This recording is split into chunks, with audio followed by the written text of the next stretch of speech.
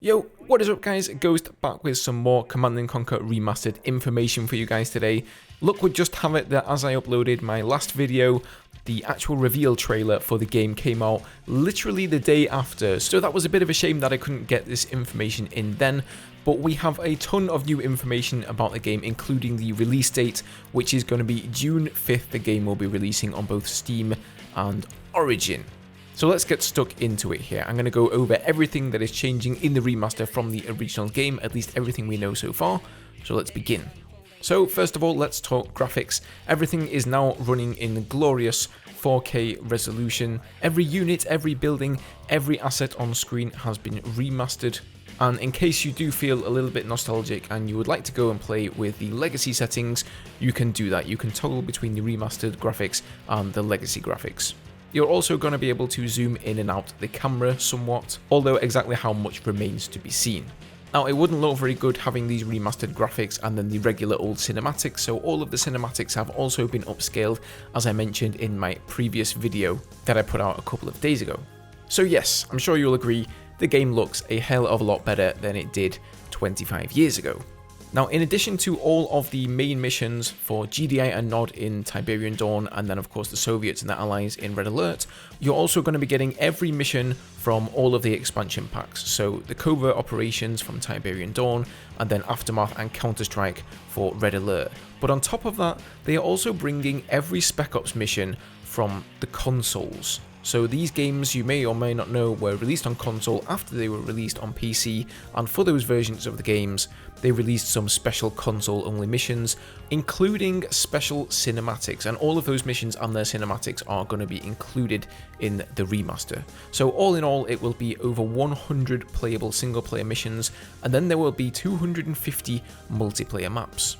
And speaking of multiplayer, yes, there is a fully fleshed out multiplayer system where you can host a game or join one, and then there's also a quick match option where you will be match made against people with an elo based system, and you can even try to get yourself on the leaderboard.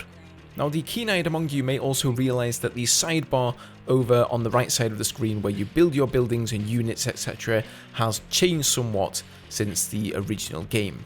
You basically had one side for buildings, one side for units, and you would have to endlessly scroll up and down to try and find whatever it is you wanted to construct. So they've done away with that system, and now you have 4 tabs at the top, one for buildings, one for infantry, one for vehicles, and one for your special powers. And then instead of it being like a 2x4 grid, it's now like a 3x6. So you're going to be able to see all of your buildings and all of your vehicles and units. You're not going to have to search around to find what you want to build. And yes, you can now queue units in the remastered version. Although this can be turned off like most of the features if you want to relive the game as it was back in 1995. There are also a ton of new options menus, including key bindings, bringing the game much more in line with other RTS games that have recently released. StarCraft 2 comes to mind. So you can now keybind everything you want. If you want to make a barracks, you can keybind that to a button, etc. If you want to spam building mammoth tanks while you're out on a skirmish halfway across the map, you'll be able to do that as well. And one of my favourite features, there is now a quick save and auto save feature.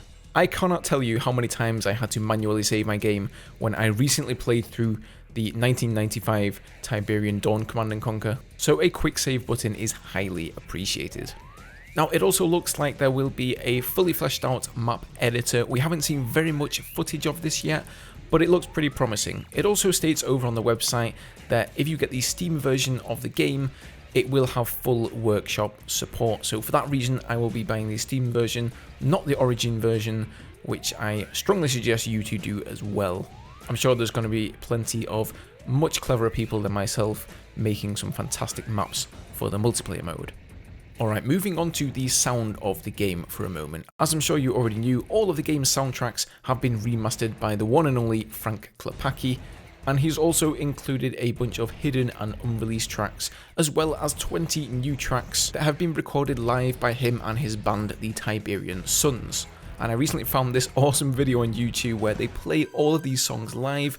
I honestly thought I would never see Frank Klepacki live on stage with a band performing songs from one of my favourite video games, but hey, here we are.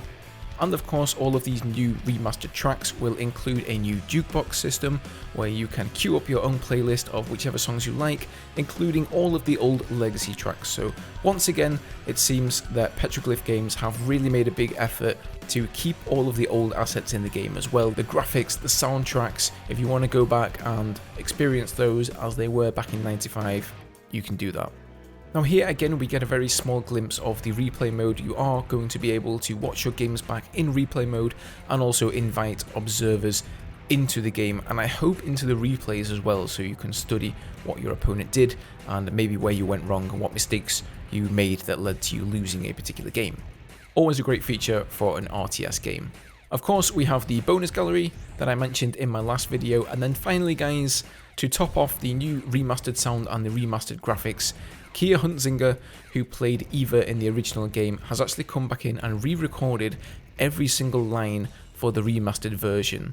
And she sounds surprisingly the same as she did 25 years ago, which is quite astonishing.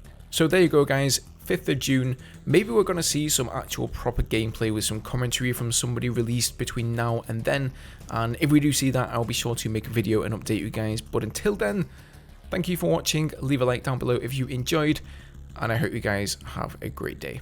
Cheers.